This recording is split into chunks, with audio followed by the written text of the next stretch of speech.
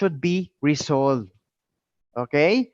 So, in a way, conflict could also mean it will also enhance the growth of every member of the team so that it will also help them to think critically.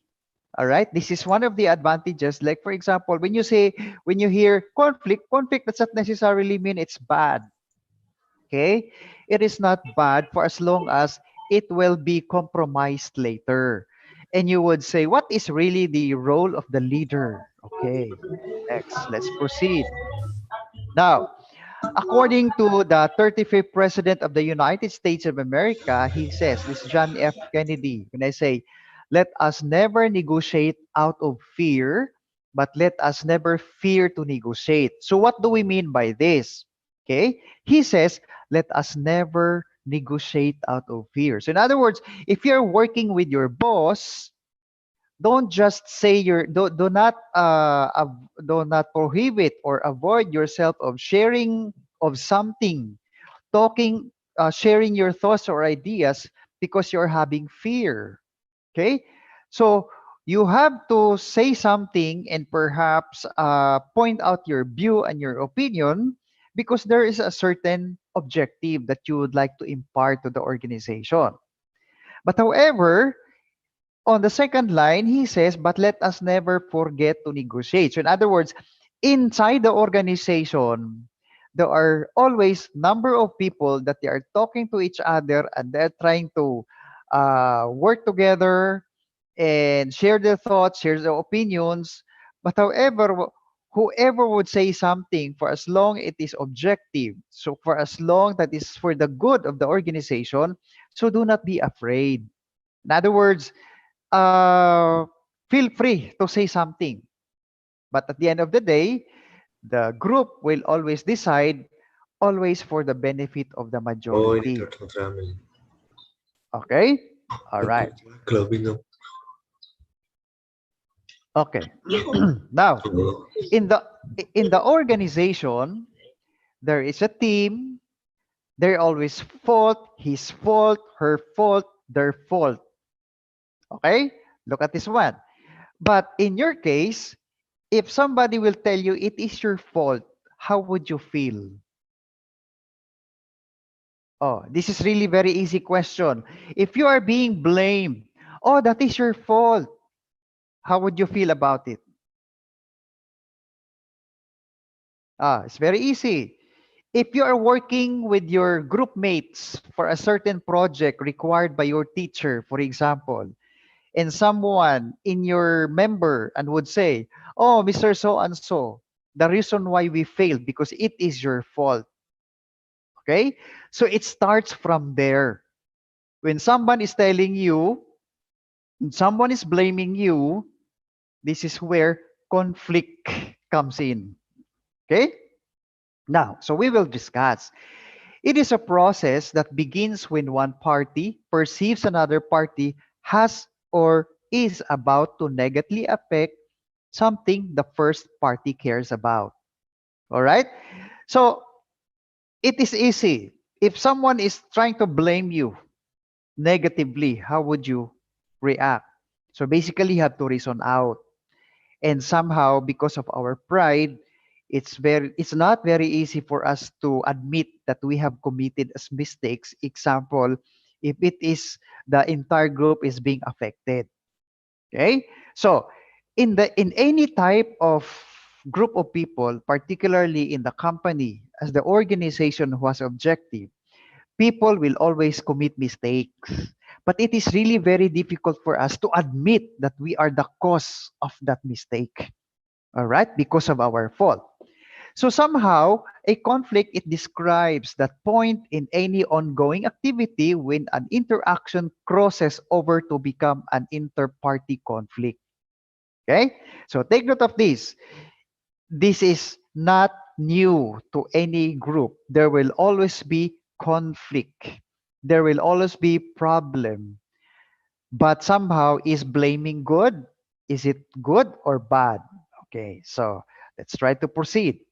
So uh, let's try to understand, like for example, where does conflict comes from. All right. So transitions in conflict thought, according to the experts, they say the traditional view of conflict. Okay, this is the traditional conflict. So it says here, conflict was viewed negatively and discussed with such term as violence, distraction, and irrationality to reinforce its negative connotation. All right, again, the traditional conflict viewed as negatively and discussed with such terms and violence. So because in other words, if there is conflict, it will resort later on to destruction. Instead of a team uh, band together, combine their efforts, collaborate with each other, and work for a common objective. When there is conflict already, it is a cause of distraction because it will divide the group of people. Okay, so remember this, in the organization, they should work hand in hand. But if there is conflict, if there will be misunderstandings, it will destroy the organization. You see the point? So it will destroy, and there is a tendency that the organization will suffer. Now, if the organization will suffer, how does it affect all employees? Okay? So if the organization will be having problems because of its people, having its trouble, what do you think? Will it help? No, it wouldn't help. Why? Because instead of earning, the organization will be losing. Now, if the organization will be losing, how does it affect to the workers? Basically, the reason why you work because you want to get your salary. Okay? So the reason why you work because it is a means of livelihood. Now, what happens? Where will you get your salary if the organization will not be able to meet their objective? Okay? So in other words, these are now the effects of conflicts. Okay, the other one here, it says conflict was a dysfunctional outcome resulting from poor communication, lack of openness and trust between people, and the failure of managers to be responsive to the needs and aspirations of their employees. Take note of these. So why conflict happens? Because there is lack of communication. What do you mean by this? So if there is some problem, if you are the person concerned, don't just keep quiet. If you're having problem with another person because the other person is not performing and it affects your performance already, and you have to air out your voice.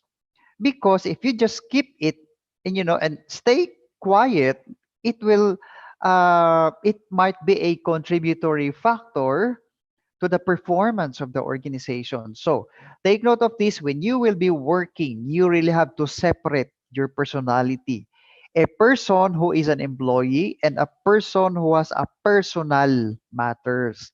When I say personal matters, whatever it is that happens, your personal life, in your family, in your home, relationships, so on and so forth, this matter should not be taken into the organization. Because when you are there, your responsibility is to work. Okay? So, as an employee, you have to be very objective and you have to work with other people as a team member and a team player. So each one of the member of the organization should talk and communicate well. All right. So if there is poor communication and there also lack of openness and trust, okay, again, the reason why you don't communicate because you don't trust the person. You underestimate the person, or it could either be you are being discriminated. Okay, you see there. But take note of this. Once you are being hired, all of you are employees. You work, you're bound to work with each other, and you are bound to work to the objective set by the organization. So whose responsibility is that? Basically, it's the leader, it's the managers there who is responsible to find out what happens on the ground. Let's say, for example, if I am your supervisor and there are 10 people under me, I should find out what are those problems and conflicts down the line. Because remember this one, a leader, the performance of your people down the line is also a reflection of your performance. If your people are fighting with each other down the line, then it is your responsibility to look at them, to motivate them, and aspire them. All right? So, transitions in conflict, where is it coming from? It's lack of communication, lack of openness, and lack trust to each other. In return, it may cause destruction to the organization. And whose responsibility? It's the leader, it's the manager's responsibility to settle the differences of their followers. Okay? All right. So are you still there? Do you still hear me? Is my connection good? Yes, sir. Yes, Yes, sir. Okay, sir. good. Clear. Yes, Very good. sir. Okay, clear, huh?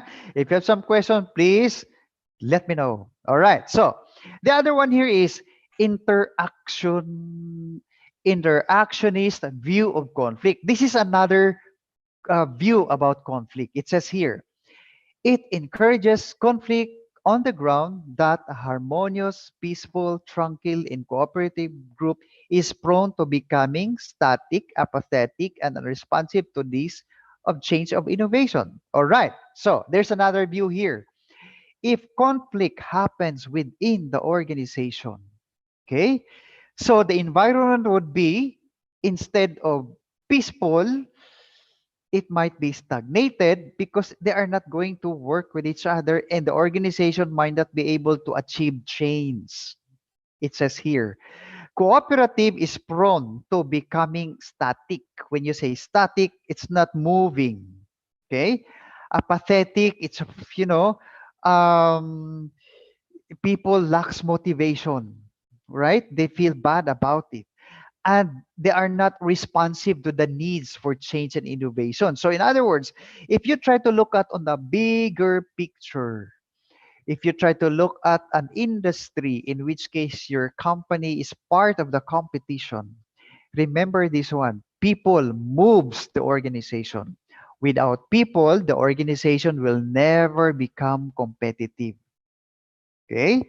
So, people, they are the labor force, they are the ones who move products and services. What happens there if you're not talking to each other? If you're having conflict with your co-employee, will you be happy?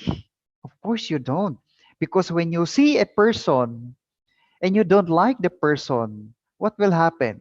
You just have to be quiet. Instead of talking to the person, you just have to be quiet to avoid any more trouble. But it is not the case. When you will be working in the organization, whether you like it or not, you have to talk to me. Just like, for example, in my experience long time ago when I was a little bit younger, years back, I used to work in the hotel. You know, if you're working in the service industry, you are dealing with people. Once you deal with people, you really have to talk to each other. No excuse. Because my work, for example, my work is closely related to the other, meaning to say, whether we don't like each other, we really have to talk if it is a work related matter. Okay? So I even an experience like, for example, a short disagreement, and then I said to the other manager, okay, whether you like it or not, if you hate me in person, it is fine with me. But if it is related to work, just answer me, talk to me. Okay, that's the way it is. So it is very important, for example, an employee, a person who worked in the organization, you should know when to talk about personal matters because people work there, they don't bother about your personal matters. I'm telling you. Each of you have your own problems. Each of you have your own problems. You have your own concerns. And if I am an employee, I have my problem too. And I don't care about your problem. right? Do you get the point? Personal matters, no, it should not be discussed inside the organization. I don't care about your problems, it wouldn't help. What I care is your performance. What you care is my performance, because the performance of everyone, if we are going to add it up, meaning to say our organization will be better and competitive. Okay? So the the worst scenario is if you're not talking to each other, what will happen? So it will cause delay. Okay? So if every transaction causes delay, meaning to say what happens to your productivity? Is it an excuse, like for example, oh my goodness, I hate Mr. So and so. Might as well we have to hold the delivery. Oh, is it a reasonable one? No. Who suffers? It's the organization. Okay? When the organization is not performing, who suffers later on? It's the employees. Why? Because you will never be able to get your benefits. Remember this, when you will be working, you are being paid. And where does the company gets the payment of your salary? It is through the performance in terms of getting more profit. Okay? So, how the organization will move and come and be able to adapt changes in the external environment by coming up with an innovation. Remember, innovation is something new to introduce in the market, but however, it never happens without the people. Okay? And then you might tell me, oh sir, what if for example we will use robot machines? No, because even though we have robots and machines, there are still people who's going to manage the robot or the machines. Remember this one, in our times now, in the era of computers and technology, the technology is there for us to use, but people, we are still superior over the computers. Okay? So, unresponsive needs for change and innovation. And then the major contribution of this way is recognizing that a minimal level of conflict can help keep a group viable, self-critical, and creative. Okay. So, on the other side, uh, because in the previous slide we were talking about open communication, and each member of the organization should be open-minded. Now, if you are open-minded, for example, if you're having conflict and you are disagreeing with each other, okay, so a person who has an open mind should know how to listen. The problem sometimes with our coworkers, among ourselves, we all of us are talking and nobody is listening. Okay? So when I say listening, just keep your mouth shut, open your ears, and open your mind. Who knows? The opinion of your coworker is better than you do. Or if it is your time to talk, who knows that your opinion or your idea is better than the others? Okay? So, whose responsibility is this? It is the leader. If red is having an argument with a blue, whose responsibility? Who will mediate? It is the leader. How? It could either be the leader will call a meeting for the red and the blue. And then the leader would say, okay, red, what is your point of view? And then the blue will be quiet and the red will talk. Okay, and then the leader would say, the white one, and then the leader would say, okay, are you done, Mr. Red? Okay, may we hear now, Mr. Blue? All right, and then Mr. Blue will talk, and then after they talk, after they air out their concerns and opinions, what is next? It is now the leader who will mediate. When I say mediate, the leader should uh, to get the good points of the opinion of the red, and also get the good opinion and of the blue, and then the good opinion plus the good opinion there, she's going to put it together to make it as one. Now, of course, they will also discuss also the advantages and disadvantages, and the good and the bad opinion is there. But however, it is the leader who will help his people, the red and the blue, to think self critically. What do I mean by critically? Okay. So in other words, when the white gives chance to red, the red is thinking, his mind is working. Okay.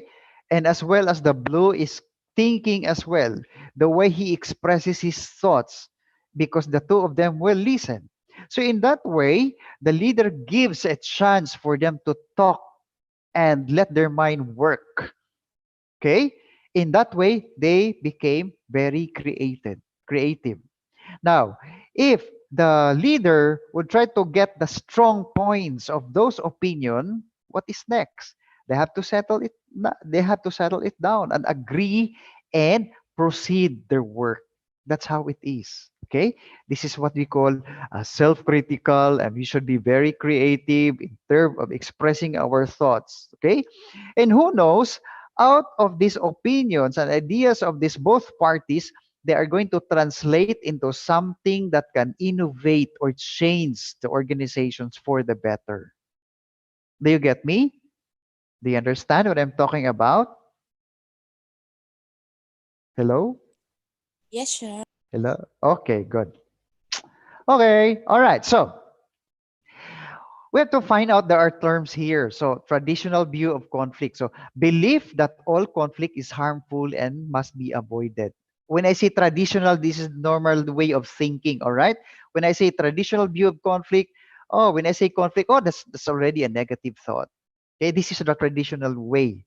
But somehow, for those people who are open-minded enough, okay, the people are sometimes people who are very constructive about views and opinions of others. Sometimes conflict is creates a positive effect, because that is the time when when they give space to themselves, think and share what is good. The most important thing there is you should be objective, not subjective. Okay, when you say objective, always go for whatever is good. Okay, all right. So the other view is that interactionist view of conflict. It is a belief that conflict is not only a positive force in a group, but also an absolute necessity for a group to perform effectively. So this is what I am saying.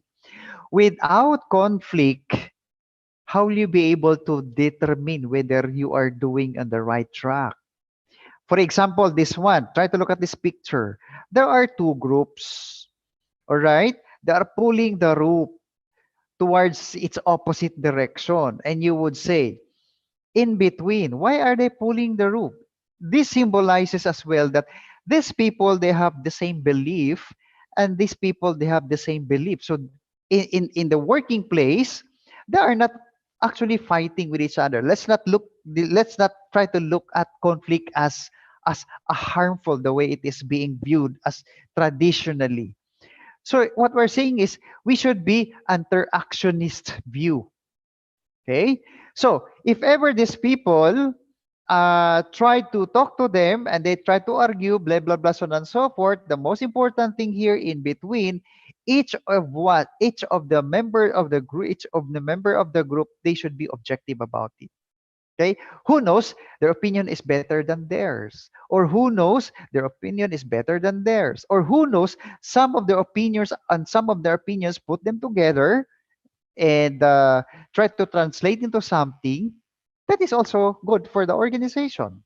Okay, so traditional interactionist, and the other one is functional conflict. Okay, so when you say functional conflict, it supports the goals of the group and proves its performance. So this is what I keep on mentioning. Conflict, it is good if it is being handled carefully. No personal matters. In other words, let's us try to put ourselves that we are all employees. We are all working for the benefit of the organization. Because if the organization will be good, it will achieve its objective. Who will benefit those objectives? Who will benefit out of the good performance of the organization? So it is us, employees. All right? Okay. So the other one here is dysfunctional conflict hinders group performance. Go. This is another one. Other would think, oh, conflict hinders just what I'm telling you a while ago, since you are not talking to each other. the objective, it's not working, it's not translating into something because it hinders, it prohibits. Okay. And then there is another conflict here, conflict over content and goals of the work. So tasks. So in other words, in each of your work, in each of your units, it might affect the other unit, because take note of this. If you try to look at the organization or the organizational structure, one unit will not perform without the other units. So I am talking about marketing, sales and marketing will not work alone. There should also be uh, operations. There should be accounting. Okay, so in each of the unit, we have different tasks. So conflict of the goals, in other words, my work depends your performance, your output, and I will only do good if you are going to give me your quality output. Okay, so another relationship conflict is based. It's really really very ordinary. What is this conflict? Is based on interpersonal relationships. Okay, so when you say interpersonal, if you are having personal troubles with your friend, and sometimes you have to bring it inside the working environment, and that is not good. So again, that's what I'm saying. When you will become an employee, nobody cares about personal problem. Okay, and you would say, oh, I have a close friend already working and we become best friend. Yes, no matter it is how close you are personally, but avoid discussing personal matters inside the organization. You might discuss it outside of work. You have to go out, have coffee, hanging out with your friends and talk about personal things, your love life, your pains and relationships, but not in the organization. Okay. So there is also another conflict here, is the process. Okay. Conflict over workflow gets done. For example, if you're working in the operations, okay, what's the process of working in the operations? There's input, process, output. So if there will be no raw materials because your purchasing department was not able to do some forecasting in terms of the raw materials that could be purchased ahead of time. And then the purchasing department also failed to purchase the raw materials because it is the sales and marketing who did not provide the data in terms of their sales forecasts. Okay? So it's along the process. Now, remember, in the organization, they work interdependently. Okay, they are connected with each other because achieving the goals and the objectives of the organization cannot be done by one unit alone. And that is basically in every unit, in every department, they hire people. And in every people, you have a certain role to play. In other words, you are part of the organization when you are being hired and you are being given a job description, you perform your job. Excuse me. As easy as that. Because if you are not going to perform your job accordingly, it will definitely affect the other units. Okay? So in other words, if you are going to work well, do your job seriously, there will be no conflict at all. But again, I would say, having conflict, you cannot avoid them. Along the way, there is no perfect organization. There is no perfect teamwork. Why? Because there are really things that happens beyond our control. Take note of this. And you would say, sir, what about the team? They are having a plan ahead of time. Yes, planning. Take note the word planning. You plan because you are just trying to prepare things that might happen or might not happen. Okay? So that is the point there. So organizations along the way, there will always be problem, there will always be conflict, but take note of this, it depends in its team member to handle it well in terms of how you look at things into positive or objective or subjective way. So in the organization, again, You always have to look at the good outcome of the organization, being you as part of the family of the organization. There is also another conflict here. It's called the conflict process. Okay, they have five potential. Uh, they have five stages. Okay, the first one is potential opposition or incompatibility, cognition and personalization, intentions, behavior, and outcomes. All right, so uh, there are five, let's say, potential opposition. So in the organization, basically, when you talk about things, there's always an opposing party. There are accept that there are people who would say no, like this picture. There is yes and there is no. Just like, for example, in our government, right? We elect our candidate. We favored a certain candidate, but that's how we believe in. So there's always conflict. There's always opposition. There is always an opposing opinion, and because of that opposing opinion, there's also what we call incompatibility. Okay? So when you say incompatibility, we're just opposite to compatible. So we are not just comfortable with each other. Okay? So the way we think and the way we look at in terms of how we look at individually, what are our intentions? How do we behave? And what are the expected outcome if we're going to show like in terms of our differences? Okay. All right. So look at this one. The conflict process. The conflict process. By the way, when I say process, what does it mean? Oh, anybody? When I say process, what does it mean? Process in terms of how process works. Okay, let's say for example, if you're going to bake a cake or cook, the step-by-step procedures, that's part of the process. Okay, so it says here the conflict process. Process starts with the stage one, and it says here there is a potential opposition or incompatibility under which is there are antecedent conditions in terms of the communication. Okay? Are you open to communicate with each other? Do you have fear? Like, for example, if you have some problems, again, that's what I'm saying, you might just keep quiet there because you're having fear. This is what President Ronald Reagan in our first slide. Do not negotiate because you're having fear, but do not forget to negotiate uh, because you have fear as well. So, in the organization, do we have problems in terms of communications? Remember this one. In our previous slides, we say communication is really very important and being open-mindedness. Okay?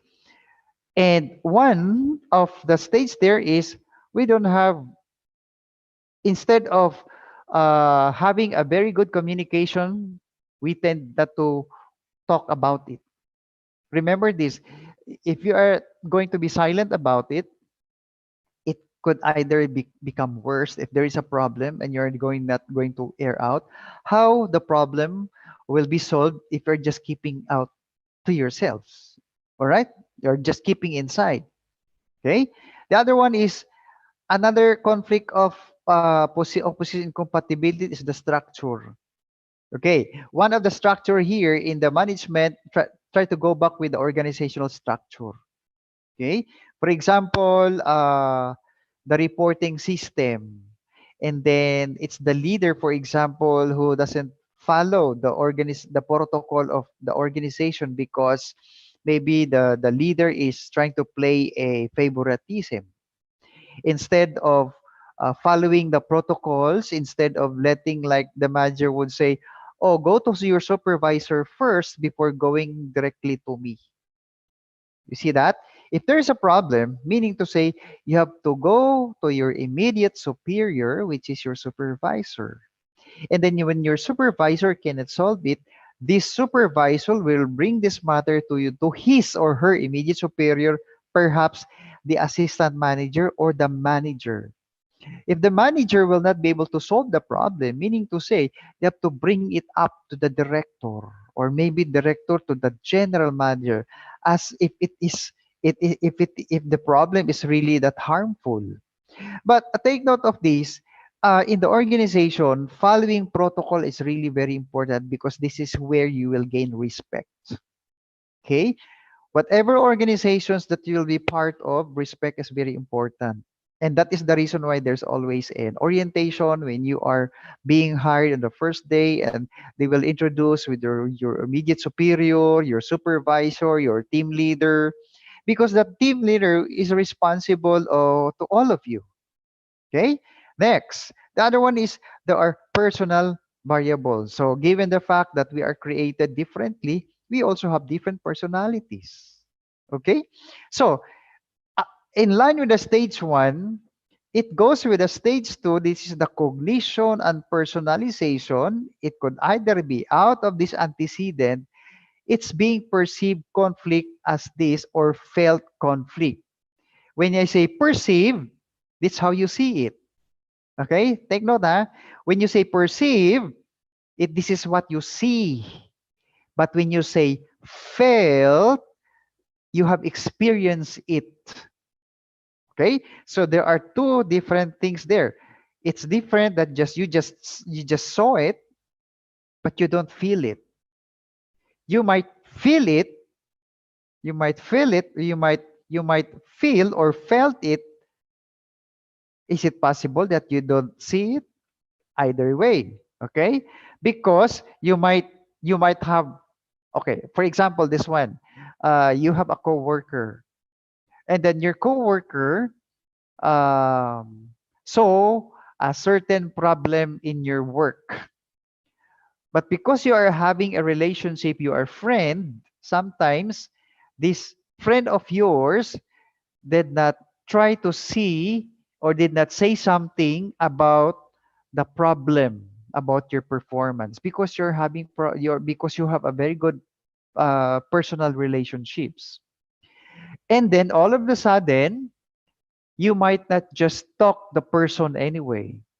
Okay, so your feeling is, why is it that he is no longer talking to me? Why is it that she's no longer talking to me? So you felt it, but you were not able to see it. Okay, you see the difference? So if a person all of a sudden is not talking to you, how would you feel? So there is a problem there. Okay? So like if you get to use working together, you're happy, you're smiling, you're laughing with each other every day, and all of a sudden you're no longer talking to me. I felt it. So there's something wrong. All right? So when you say perceive, I don't feel it, but I saw it. Okay? Now, so out of these two variables here, take note, the perceiving and feeling, it brings to the stage three, which is the intention. Okay, the intention would say conflict handling intention. It should be competing, collaborating, compromising, avoiding, and accommodating. So when I say conflict handling, it is how this conflict being handled. For example, if two people, are they competing with each other? When I say competing, meaning to say, if there is a vacant position, meaning to say, who will up for the next supervisor? Something like that. Okay? So I have to do my best. I have to blah, blah, blah, etc. I have to I have to make sure that my performance is being noticed by the immediate superior or the supervisor. And then supervisor in return, you as a supervisor in return, you should have to be very objective of these two people who are actually competing for a certain position. Because if you are not going to handle it carefully, regardless of regardless of their performance, if you play favoritism, that is another problem. That is another conflict as well. Now, you as a supervisor, you have to see these people. Let's say, for example, there is a position, vacant position up for the supervisor, and you would see, are they are they sharing with each other? Are they collaborating? Are they helping with each other? Okay, competing and collaborating is a different These are two different terms. When I compete, meaning to say I have to do it on my own just to make sure that I have to get the credit. But if you're collaborating with each other, meaning to say we have to work together. Your performance and performance is ours. Okay? So you share your thought, I will share mine, and at the end of the day, whatever is the result, this is ours. In competing, I will do my best, blah blah, and this is mine at the end of the day. Okay? Now, the other one is compromising. When you compromise with each other, for example, even though you are collaborating, but take note of this, even though you are working each other, you cannot really avoid that you have to disagree. You have to have an argument again. So, how you'll be able to handle that if you are very objective about it, meaning to say A and B. Maybe A is right and maybe B is right. Or maybe A is wrong and B is wrong. Or it could either be B is wrong, A is right. So, the best to compromise, if that will be the case, these two people are sharing with their thoughts. So, we have to come up with a certain agreement, which is the win-win situation. Okay? So, if you try to bargain on this and this is your opinion, we have to meet halfway.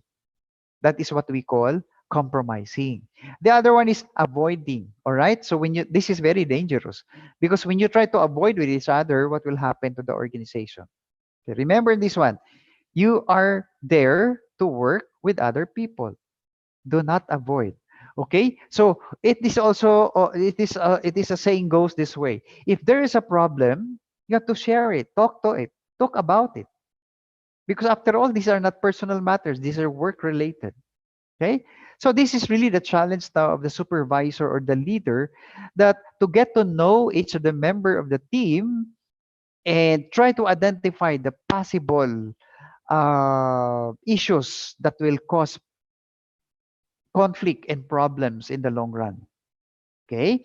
And the other one here is accommodating. Okay? So accommodating, meaning to say, oh, I am always there willing to help. Just let me know. And what else that I can do. Okay? So do not be confused about the compromising, avoiding, and accommodating. These are part of conflict handling intentions. All right. So let's now go to the stage four, the behavior. You know what behavior is all about. So if the stage four behavior is overt conflict, parties behavior, and others reaction. Okay. So let's say, for example, if there is a problem, if there's a conflict, instead of talking about it, you are reacting too fast. And sometimes people are being called like OA. In the Philippines, we normally call it OA, overreacting. Okay, it's your behavior. Sometimes you don't try to dig what's really the problem. You really you don't have time. You don't have the extra effort to understand the situation. So what you did, you overreact. Okay, so how you behave? So will you be able to solve the problem? No. When you overreact, meaning to say it adds damage already to the situation. So what is the best thing to do? You have to listen. You have to talk about it. You should have an open mind to understand the situation and to understand each other's point of view. Okay. Now, let's proceed to the stage five, which is the outcomes. Okay. So, increase group performance. If we will be able to handle the conflict very well, there are only two effects. So this is what I'm saying. All right. So the topics that we're supposed to discuss, it's all about the effects, etc., etc. But these are the effects. If, for example, you're having trouble, there's something in effect. What's the effect there?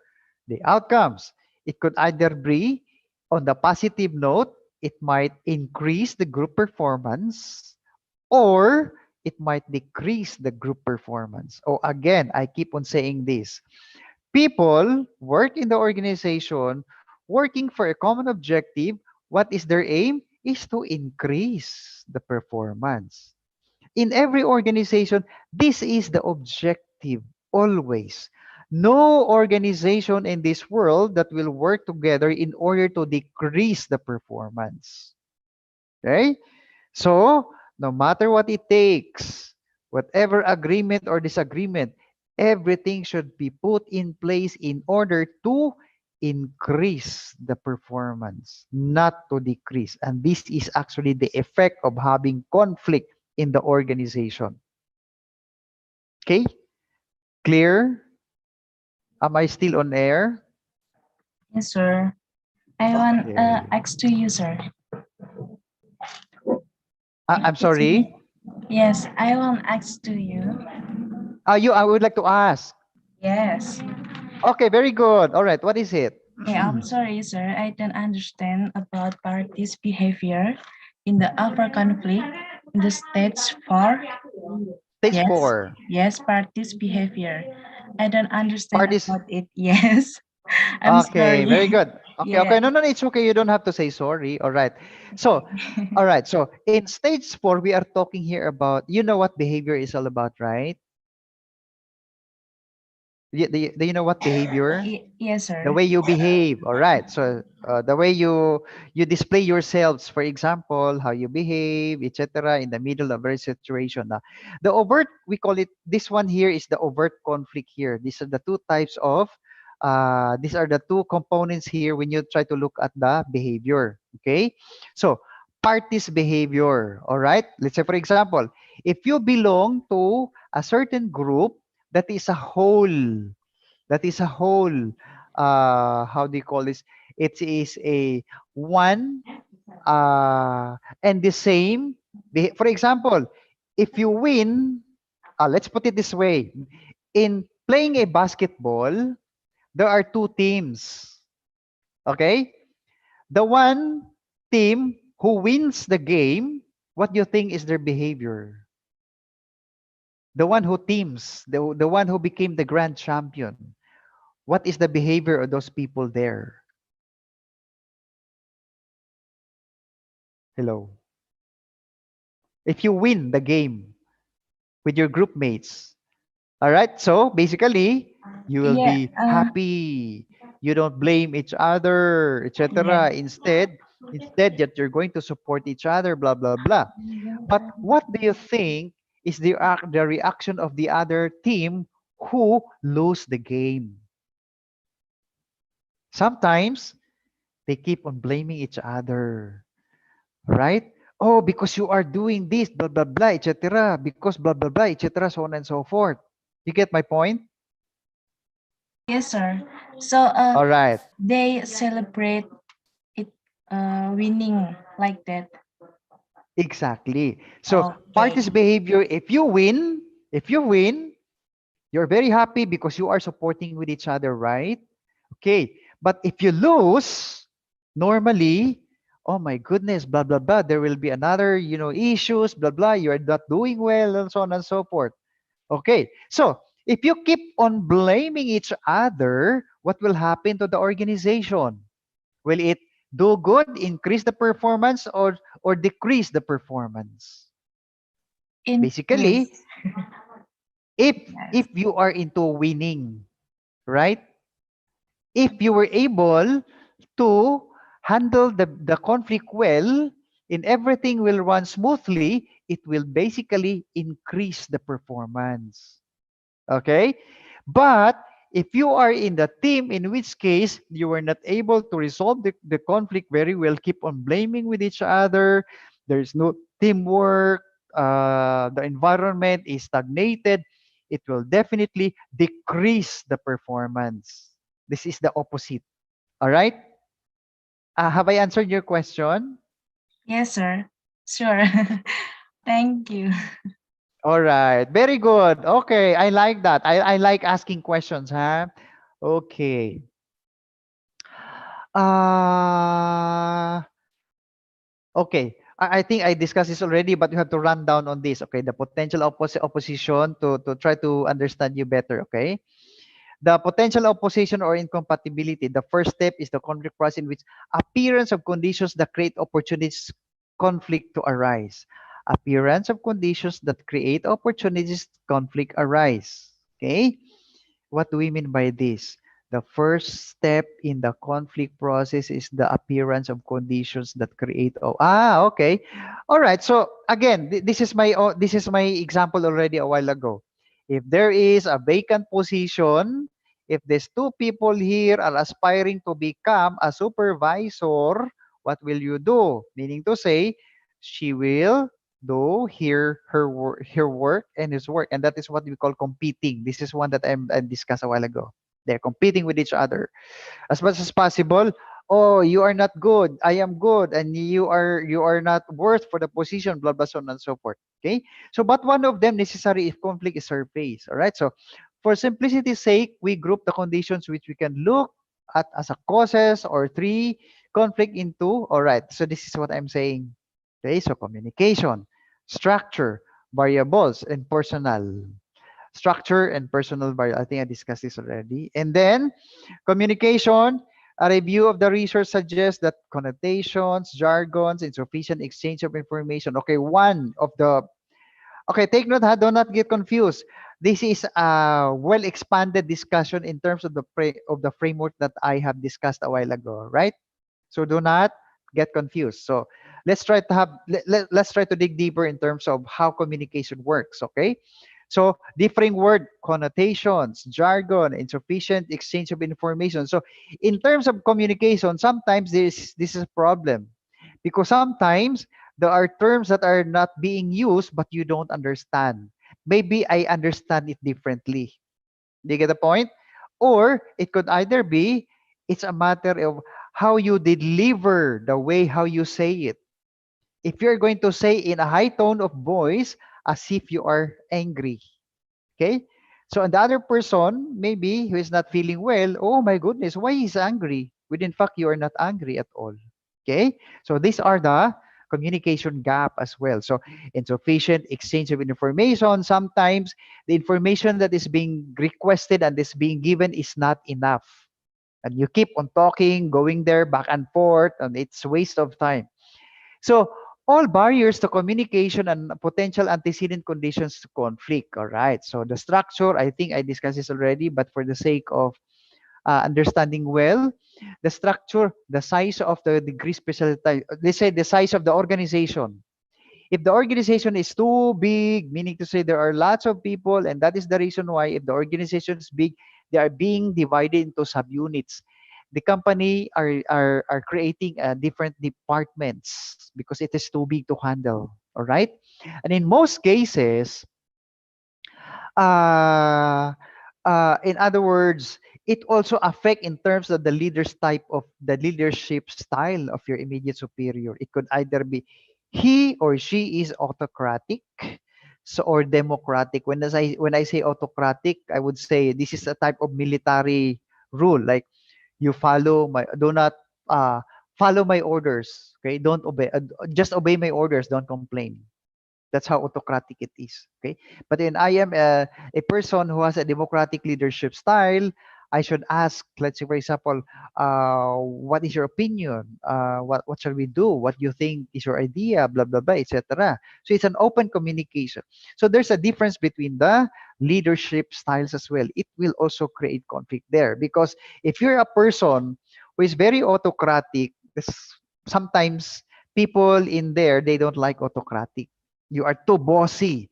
But again, based on our previous discussions as well, autocratic would mean like if you are dealing with persons who has less skills. All right? If you're working for people with doesn't have any experience at all, sometimes autocratic is applicable. But if you are working with people who are experts, they know what to do, democratic is applicable. That is a good approach to use because they know what to do. What you're going to do there is just try to monitor. But if you're dealing with persons who doesn't have skills at all, you have to be there, meaning to say you should have a hands-on interaction with them because you are going to monitor of what are the things that they are doing. All right. Okay. So the size, specialization as well. All right. So personal variables, again, personal, how you feel, your personality, and your values. Okay.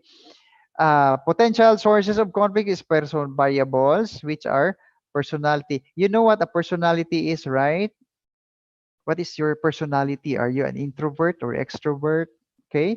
Are you an outgoing person or are you just being quiet? Or are you a person who loves to mingle with people? Okay. Or are you a person who is very sensitive to your feelings? Okay. Or are you a person who is very, very tough and sometimes you are very emotional because your value is, is very, very strong. What do you mean by values here? Where do we learn normally with our values?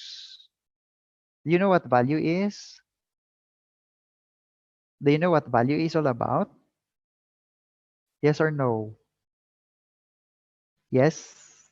No. Are you still there? Yes, sir. Yes, sir. Okay. Okay. So can anyone share me what value is? Okay, I'll ask you. For example, when you were young, when you were born, you don't know anything at all, right? Who Yes, is your sir. who is your first teacher? My parents. Exactly. Who your parent is. Like for example, is it your mother? Is it your father? My mother. Both of them, right? Okay? But for some, oh, your mother, because for some, if you're trying to look at their role, is this the father provides for the family. He works outside normally. Okay? And the mother stays at home to take good care of you, your children, and do some house chores, etc., so on and so forth. One of the basic example, what can you remember when what is that kind of something that your mother teaches you when you were young before you go to school? Can you recall what are those teachings, for example, that your mother tells you what to do? Oh, I thought we agree already that your mother is your best teacher. So what is that something that you recall that your mother teaches you? What is that something that she taught you? So many, sir. Again, sorry. So many. So many. So Yes. give me one, just one. What is that kind of lesson that you learned from your mother? Because of so many, you cannot recall? Oh, what about the others? I think there's so many of you there. I think you are 70 or 80 number of students. What is that something, a lessons that you learned from your mother?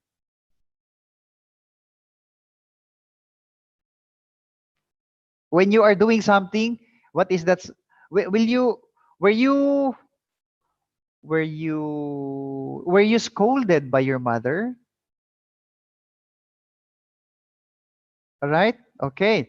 So what if, for example, if you do bad, what your mother teaches you? Did your mother teaches you to steal? Hello. No, sir. Oh, basically, if you steal of something and your mother would tell you, oops, that is bad. Okay, stealing or getting money or getting things which is not yours, that is bad. So, mean to say, the value that your parents or mother is teaching is to be honest. Okay, honest. What are those? Aside from being honest, and then your mother would tell you, oh, when you wake up in the morning, you fix this one, blah blah blah, your bed, etc. That's a value of discipline. All right, and your mother also teaches you to teach how to work, the life skills. All right, so these are the values that you will be bringing along the way, even when you grow old and even when you die. These values are coming from our family, especially coming from our mother or parents, for example. So, our values, for example, sometimes we have the same values, and your parents will tell you also to pray. You're doing your prayer, right? Like, I know when I was there, uh, people there in Indonesia, it's very religious. Okay, that's a value. All right, that is part of the culture. Just like cannot be compared with any other countries as well. But you there, brothers and sisters in Indonesia, as a Muslim, you pray a lot, right? Am I Yes, sir. correct? Yes. Yes. All Yes. right. Very good. So that these are the values that your mother teaches you, or even your father, and that's the reason why. Okay. So another thing is this personality does appear to play a role in conflict rise. Some of people just tend to get into conflicts a lot. So take note of this. In the members of the organization, there are so many people who are always engaged in conflict, and that is his personality. Especially if you're a person who is having a personality that you are always think yourself above others, meaning to say, you would say, oh my goodness, I am better than you. And sometimes people doesn't like your character. That is why sometimes you are always engaged in conflict because you are being misunderstood because of your personality. Okay? So, however, if you are a worker, if you're an employee, you should be very careful of so also how you are going to handle your values, your personalities in the eyes of other people. Because at the end of the day, respect is very important in not only in the working environment, but anywhere. Okay? Respect, you learn this also from your parents. Okay, these are the values. Okay, so for example, employee who shows up to work irate from her hectic morning commute. Oh, this is a very example. If you go to work and you are not in the good mood, and then if you're working, and then your co-workers will say something about you, and then there you go, you get mad because you are not in the good mood. So her anger annoy her colleague, which can result in tension-filled meeting. That is why. So you are very irate, you are angry because you were late, etc. This is what I'm telling you. These are personal. If you get angry somewhere outside, don't bring it inside the organization because your colleagues inside the organization, they will not like it, and it might be the cause of conflict. All right. Okay. So stage two, cognition, negative affect. One party cares about, and then perceived conflict. I think we discussed this already. So in other words, A may be aware that B and A are serious disagreement, but it may not make A tense. Okay. So they're always having this agreement, blah blah blah, exchange of thoughts and case of ideas.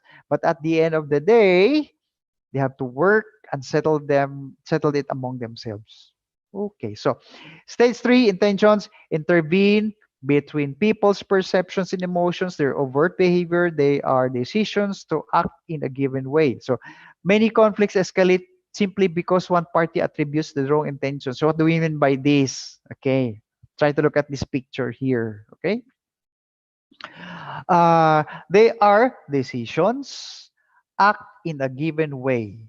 Many conflicts escalate simply because some party attributes the wrong intentions. So, what do you mean by intentions here? Wrong intentions. You have a hidden agenda.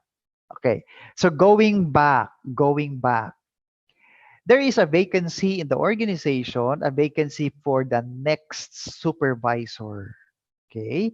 And these are two people, for example, they are aspiring for the position, and this is the immediate superior. Okay.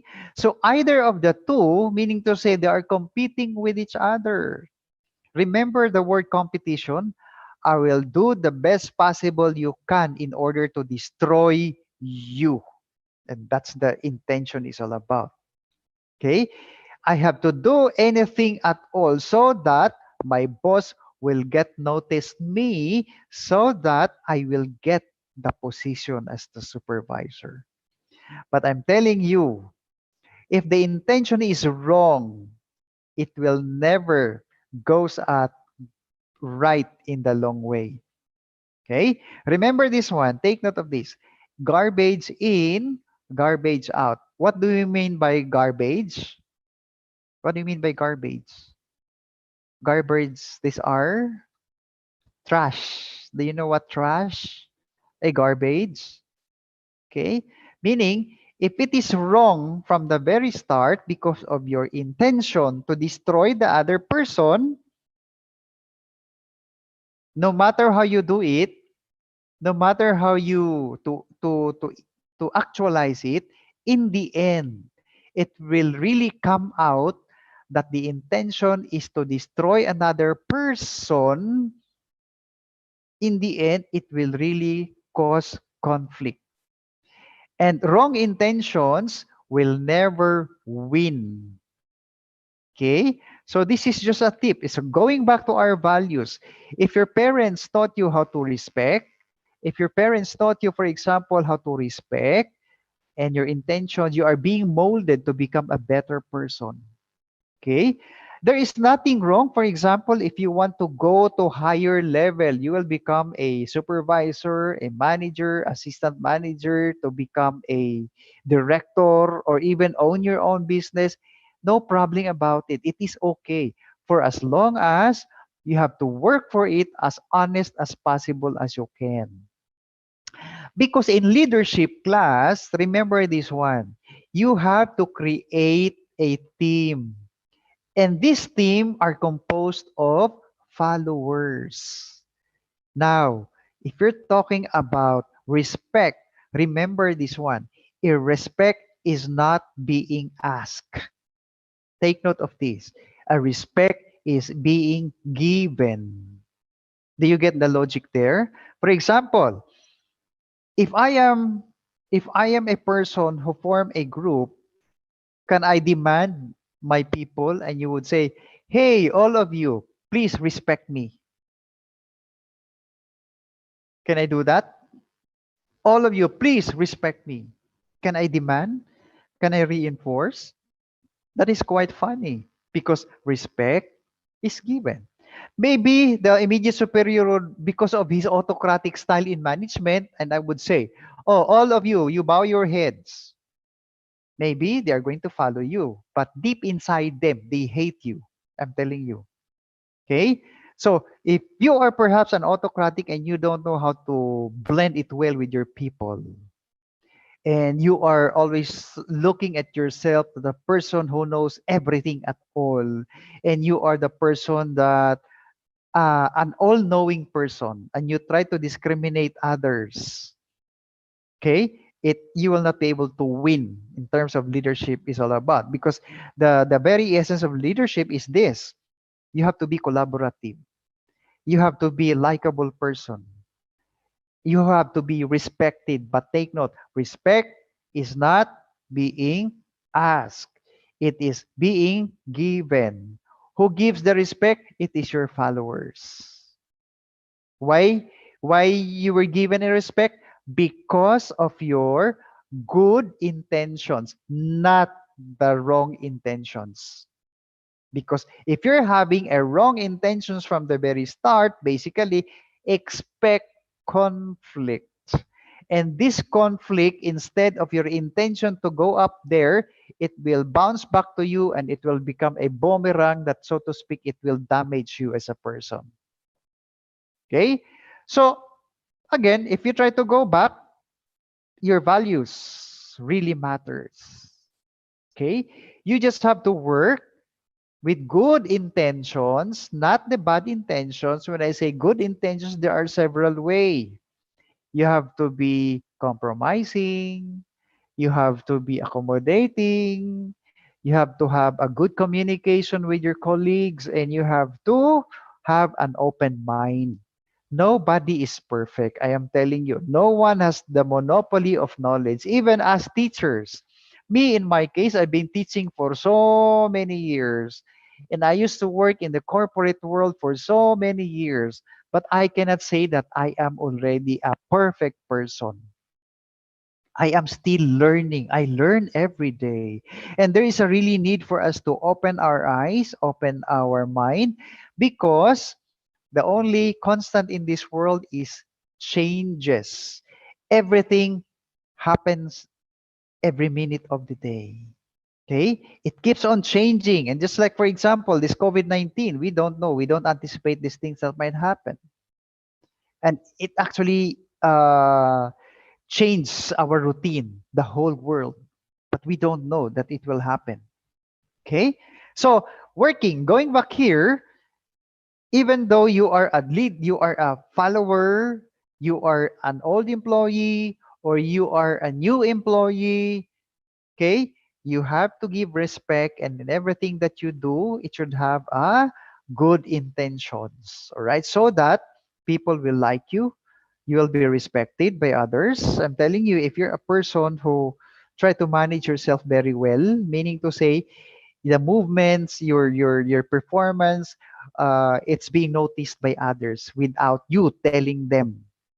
Okay, there's no need for you to say, there's no need for you to vocalize and announce it. For example, like, "Hey guys, I am very very good." Okay, you know what? I'm very good. I perform. I'm very very excellent. No, you are too self-centered in that way. And do you think people will like it? No, they don't like it generally. Okay, so meaning in a group, a good leader, later on we will be talking about the role of followers, because in our previous topic we focused more of the leader, all right, but there is a topic that I have prepared. What is the role of the follower? Okay, so in other words, whether you are just an ordinary employee, you're having a position, but intentions, okay, your values as part of the member of the team. Okay, all right, so dimensions of conflict handling. Okay, so this is we made mention this already. So there is a competing, two persons fighting with each other, and there's one here is collaborating. Take note of the arrow here. All right, look at the arrow so that you will not get confused. Okay, so dimensions of conflict handling, or how the competing looks like. Competing is fighting each other. I am good. I am good. All right, I will fight. I will fight. This is what you want, or this is it. Okay. Well, the collaborating, the blue and the green is working together towards the same direction. Okay. Try to look at the arrows so that you'll not get confused. Okay. The compromising, look at this one. They are not they are not the same as collaborating, as they are overlapping with each other, but the compromising is they are work going in the certain in a certain direction parallel, but look at this, what look at this crack here. Okay, look at the crack. It represents like, okay, this is my opinion, we have to meet in between. I'll cut mine and you have to cut yours, and at the same time we have to work together in one and go to one direction. Okay, do you get the point? Yes, try Yes, to look sir. at the all right, so the other one here is avoiding. When I say avoiding, this is under the uncooperative. Okay, in competing, we work, I work, you work. Prove your worth, I will prove mine. But in avoiding, no. All right? I don't want to cooperate with you. Okay? So in competing, it could either be we are doing the same work in one department, but let's try to see who is the best. Here, you're working in a certain department, but I don't want to work with you. Okay? I don't want to work with you. So what will happen to the organization? You tend to be uncooperative, unassertive. All right? So assertiveness, if you're a person, this one belongs to the assertiveness. Okay? All right? This one is very uncooperative. You just have to see the difference there. When people are not working together, what will happen to the organization? Will it do good or bad? Definitely it will do bad. It gives a negative impact. Try to look at this one, the accommodating. All right. So in the accommodating, try to look at the size of the arrow. In the accommodating, meaning to say, maybe I am better than you do. I am more experienced. I know more than you do, but somehow I am going to help you. Okay. I will pull you up. That's accommodating. So in the dimensions of handling conflict, you have to understand this as a leader. Okay? When you try to look at this as a whole, this one is represents the people. If I am the leader now, if I am the leader, meaning to say, these are my people and these are their behavior. So, is it good? Yes, it is good. Because remember this one, to make it more creative, you have to see your people working in the different directions to give them more space to think. However, okay, you should know as a leader when you are going to take part if the situation becomes worse. Okay? At the end of the day, you need your team to be assertive. You need your team to cooperate, but you don't like your team to become unassertive and uncooperative. Because if these things happens, basically, all right, basically, it will bring down the organization because people there are not moving. They are not cooperating anymore. Okay, next. So competing, when person seeks to satisfy, I think I discussed this already well, but compete when you place a bet only, all right? So when you are running for one position as well, so in other words, and then collaborate when parties in conflict desire to fully satisfy the concerns of all parties. And you say already the a certain dimension there as being described in our framework, parties intend to solve problem by clarifying differences rather than by accommodating various points of view. Okay. Next. So avoiding as well, a person may recognize, I think I discussed this already. When you try to avoid a person, you don't want to work with them, meaning to say it doesn't good negative impact on the part of the organization. While the accommodating, it says here, when a party who seeks to appease an opponent by maybe willing to place the opponent's interest above his or own. So, do you think accommodating is good in the organizations when people are all accommodating? Is it good? All right. So, supporting someone else's opinion despite your reservations about it, for example, is accommodating. All right. I'll put you in a certain situation now. Let's say, for example, okay, you are two supervisors now. You have your idea, and the other party has the idea as well.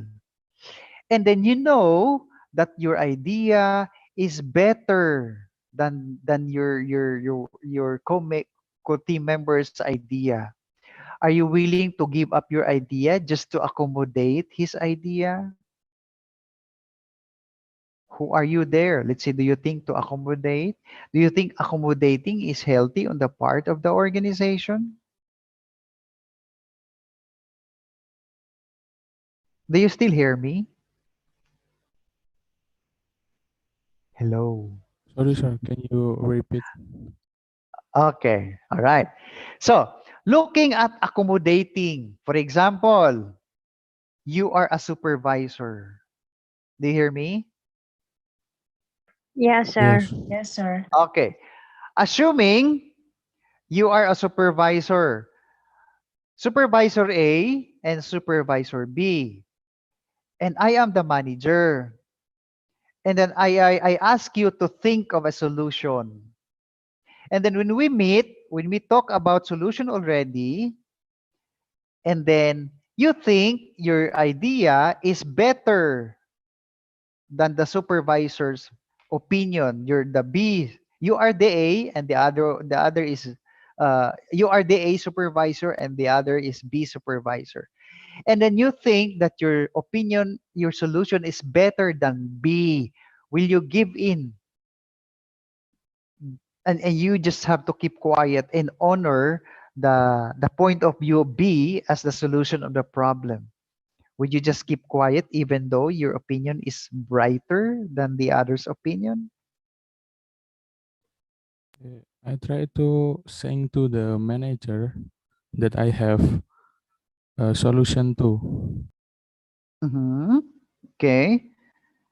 And then, like hearing, for example, oh my goodness, let's say my idea is better than my idea is better than him. You just keep quiet. All right. So somehow there is okay in accommodating, there is a negative and positive note. Okay. When you just have to keep quiet, meaning to say you don't want to destroy the relationship. You don't want to offend your party. Okay. But the negative thing there is this. Instead of sharing your thought, who is far better than the others, meaning to say that is supposed to be the idea that we're going to take in, because that is a way of solving the problem. But you just keep quiet because you tend to accommodate. All right. But however, you just have to keep quiet. But based on my personal experience, accommodating really happens. Because along with just like for example in this picture, they have all the ideas here, okay? And then yes, she has the idea, she has the idea, she has the idea, she has the idea. And if we try to look at this person, one, two, three, four, this is the leader. And then he thought that his idea is better than the three. But sometimes he just keep quiet because he accommodates the idea of the three. Do you get the logic there? But this normally happens in the organization. It really happens based on my own experience. All right. So sometimes I just keep quiet, because sometimes your opinion will become irrelevant. Okay. But as long as you have shared your thoughts, and it all depends whether they are going to take it or not, it doesn't matter for as long as you have to share your ideas and opinion. Okay? So do not insist. All right? So it's just okay. After all, the accountability will always fall on the shoulder of the leader. Okay? All right.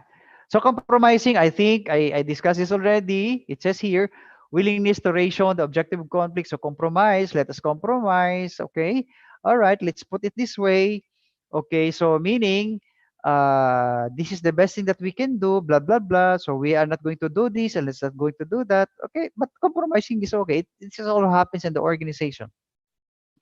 The distinguishing characteristic of compromise, therefore, is that each party intends to give up something. So, in other words, again, what's the difference in the accommodating compromising? Compromising is you are all, but you have to meet in a certain level that all of your opinions are being counted without without discrediting your opinion. But your opinion is still part of the solution, but it's not the whole opinion of yours. Okay, because in compromising is part of your opinion, I will put it together, and that is already a thing that you are going to actualize. All right. So stage 4 behavior, I think we discussed this also, but I just have to pick some of the terms here to expand more.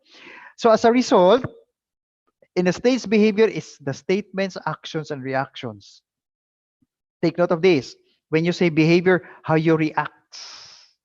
How will you say? How will you react? And how will you be displaying your physical actions, for example? And how will you be able to say something? Take note of this. If you're having, let's say, if you're having an argument, be very careful with your statements, because sometimes out of anger, out of our emotions, we can just easily say something bad to our co-employee. But remember this one, you have to maintain your composure, because at the end of the day, regardless whether we have different differences, we have different opinions, but what is the word there? It's always respect. We have to respect each other. Respect each other's opinion, respect. But you have to be very careful about the statements that you're going to say. All right? You have to maintain yourself and compose the best possible you can. Because when you're working in the corporate setup, people are expected to behave accordingly. Okay?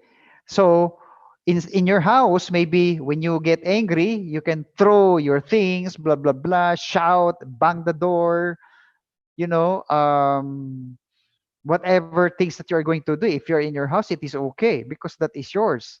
But in the organization, you cannot. You cannot afford to shout each other. You cannot afford to hurt each other physically. Okay? All right. So you have to behave accordingly because although in your house there is such rule, let's say your mother will say, oh, this one is not allowed, blah, blah, so on and so forth. But somehow in your house, even though it's not allowed, but your parents will always understand you. That's the difference between your house and the working environment. In the working environment, if you're going to display the unbecoming behavior, there's a tendency that you will be punished. There is a tendency that you will get penalized or giving sanctions, or the worst scenario is you will be terminated from your job. Okay, so that's the difference.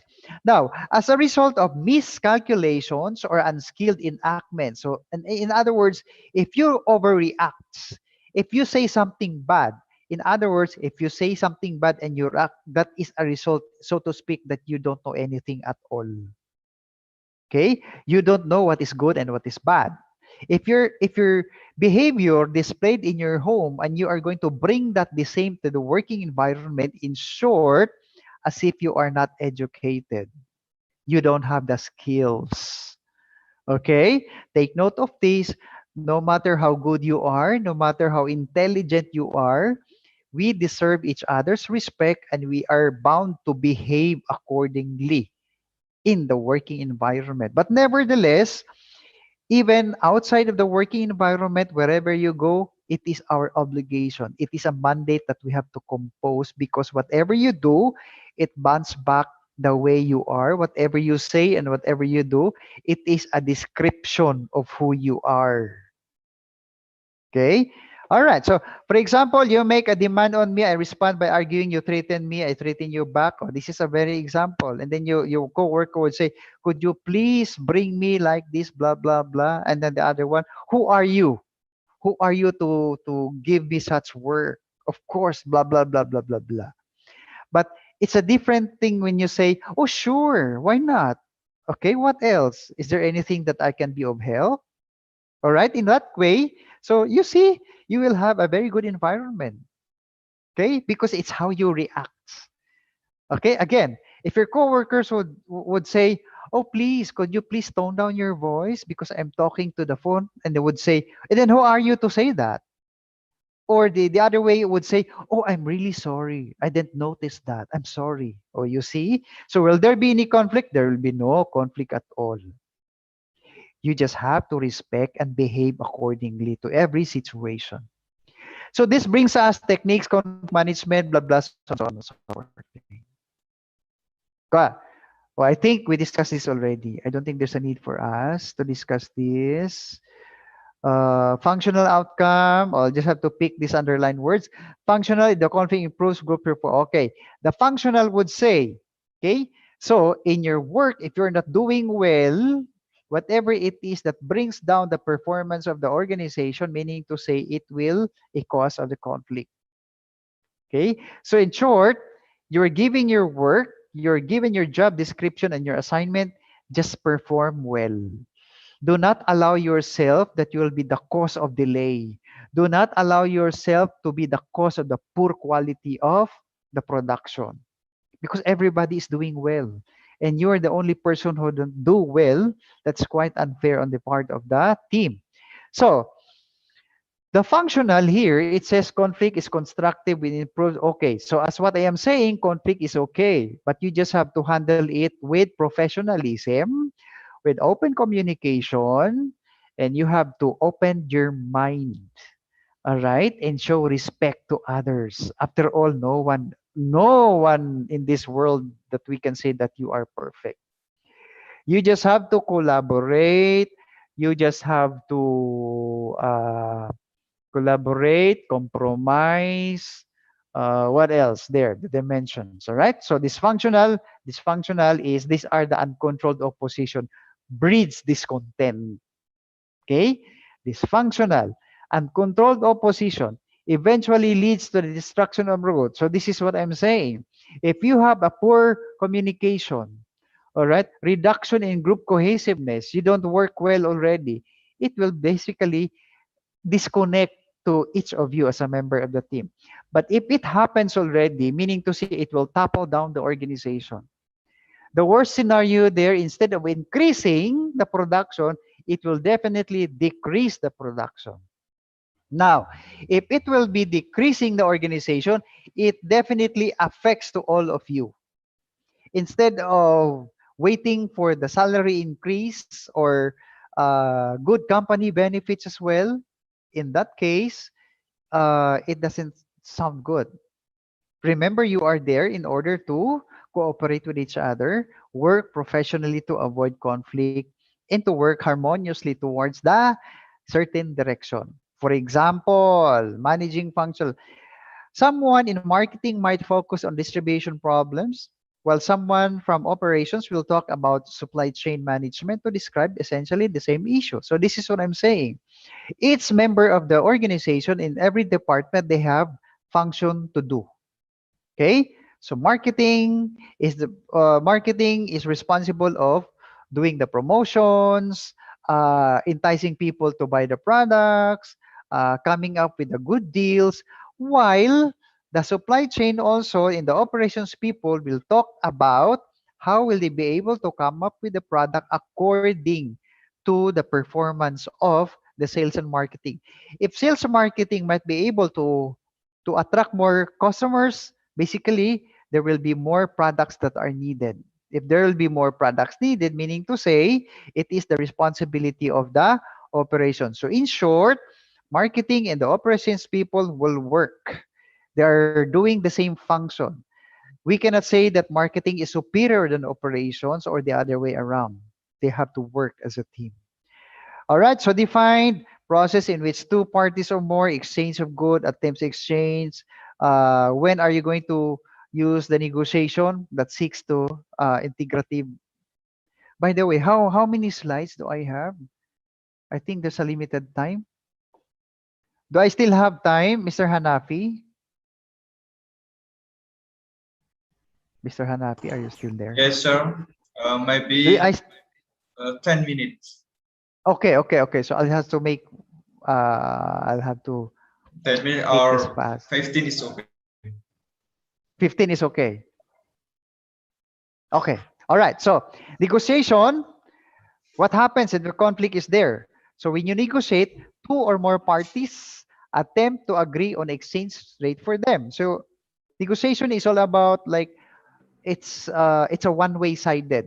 The reason why we do negotiate and talk about it is always for the good of the organization. It's also the same as when you are going to buy of something, a goods, you're going to do negotiation with the seller or with the buyer, seller rather, because you are the buyer. And then would say, for example, oh, you give me this price, anyway, I will buy 10 pieces. And then the buyer, okay, it is okay. Okay. Or the other way around would say, can I have a discount on this one? And then the buyer would say, no, you cannot. And then the buyer, the seller, the buyer would say, what if I will buy 5 pieces? And then the buyer would say, and the seller would, and then the seller would say, okay, I will give it to you if we're going to buy 7. Oh, that's what you call negotiation. All right. So both parties will benefit. So distributive bargaining, negotiation that seeks to divide and fix amount the resources win or lose. Integrative bargaining, negotiation that seeks one or more settlements. Okay, distributive and integrative bargaining. Distributive is divide a fixed amount or resources win or lose situation. All right. Look at this one, staking out of bargaining zone. So do not get confused again why we do why we negotiate and bargaining, because if we try to relate to our working because of the conflict, we have going to talk at a certain point of view, because the reason why you have conflict because you have different point of view. So it could either be okay, A is like this and B is like this, and we have to meet halfway. All right. A's aspiration range is here, and B's aspirations is up to here. This is the B's point of view, and this is A point of view. But would that be possible? No, it won't. However, they have to lessen it here. B's resistance point and A's resistance point in between. This is already the zone in which case both parties agreed. And this is the zone that both parties can get the same benefits. It doesn't follow like, oh, party A, you have to trim it down, and party B, no, you don't. No, that's not the point. What's the point of bargaining anyway? Okay, just like as what I am saying, if you buy something in the grocery store or out there in the market, and you are going to ask, I will buy this a certain price, and then the seller would say, no, I don't. We cannot give it because that's too low. I can only give you a certain discount if you buy this number of pieces. So this is what I'm saying. This is A and this is B. In between, they will meet as a certain point. Okay. All right. So in negotiation and strategic conflict, the art of communication is language and leadership. Okay. Preparation and planning. You have to prepare definition, rules, bargaining, solving, etc. So again, why am I giving this to you? Because basically there is always a clash of opinion. There is always a different different argument, but somehow at the end of the day, when both parties will prepare this process at the end, there will be always closure. So just like what I said a while ago, if A and B they disagree with each other, remember the red and the blue, and at the end, it is the responsibility of the leader to pick the advantage as well as isolate the disadvantages and combine the idea of red and the blue and put them together to implement a certain in order to have an innovation. All right. So classification, who will do the negotiating, blah, blah. Basically, that's yours. All right. So I think this is really very easy. So bargaining and solving problems, the essence of negotiating process, actual give and take. So this is what I'm saying. So you cannot end the negotiation or bargaining point if it is only for the benefit of one party. They have to meet at a certain level, a certain point, so that no one wins, no one lose. All right. So closure and implementation, formalizing the agreement, you have workout, develop. Okay, this is what I'm saying a while ago. The idea of A and the B, put them together so that you have to actualize it, and implement it for the common good of the majority. All right. Summary of the implications for leaders. Use competition when quick decision action is needed in emergencies. When issues are important, unpopular actions need to be implemented. Remember this one, eh? Sometimes you don't, okay, in the organization, sometimes you don't understand why your immediate superior come up with a solution like this. But you don't understand. But however, there is really a thing to do because the leader knows why he makes such action. Okay? Unpopular actions need to be cost cutting, enforcement, unpopular. Okay? In the organization, this is really very common. The general manager would say, oh, I have to cut down the cost, limit the transportation. All right? Let's us reserve energy. You just have to switch off the light, blah, blah. And you are sometimes you have to switch off the air conditioning unit. Sometimes you don't agree on that. Okay? So when the issue is vital to the organization welfare, you know you're right. So when others taking and you do collaboration, when your objective is to learn, when you want to merge insights to people and differences perspective. All right. Avoidance, accommodation. I think I discussed this already. When potential disruption. Anyway, these are just summary. Okay. Okay. So these are just summary. You might be able to review on your own. These are the things that you have discussed already. I'll have to reserve, for example, if you have some questions. Okay, I think we're on time. Okay, so any questions now? Are we on time, Mr. Hanapi? Yes, sir, on time. Okay, very good. Any questions, student? Dr. Ramil have shared about conflict and negotiation of for leadership, and then question for student. Everything is clear, well understood. Noor, nobody. Okay, I will not force you anyway. Your handout is there, but I am giving you ahead the PowerPoint presentation for the next meeting. Okay, so try to read it, try to make some advanced reading, and again, I really love to you to ask questions, clarifications, so that it will be more beneficial that at the end of the course that you learn something of the subject. Between me and Mr. Hanafi, we are trying our best to teach you the best possible way we can. Okay? All right. I think we only have, let's say, this is already our fourth week, right? So we only have four left, 4 sessions. Yes. Okay. For- All right. Any questions, student? Or it's clear? It's Or clear, it's okay? sir. Clear, sir. Of course, Okay. sir. Thank you, sir. Very clear. Well, all right. Thank you so much. All right. So, Mr. Manapid, am I going to leave now? Am I excused? Okay, Dr. Ramil, thank you for today. All right. Thank you for Okay. providing knowledge about conflict and negotiation in leadership. It's very useful for students. Then see you next week. We are looking forward to studying with you in next week. Okay. All right. Thank you so much and have a nice day. See you next week.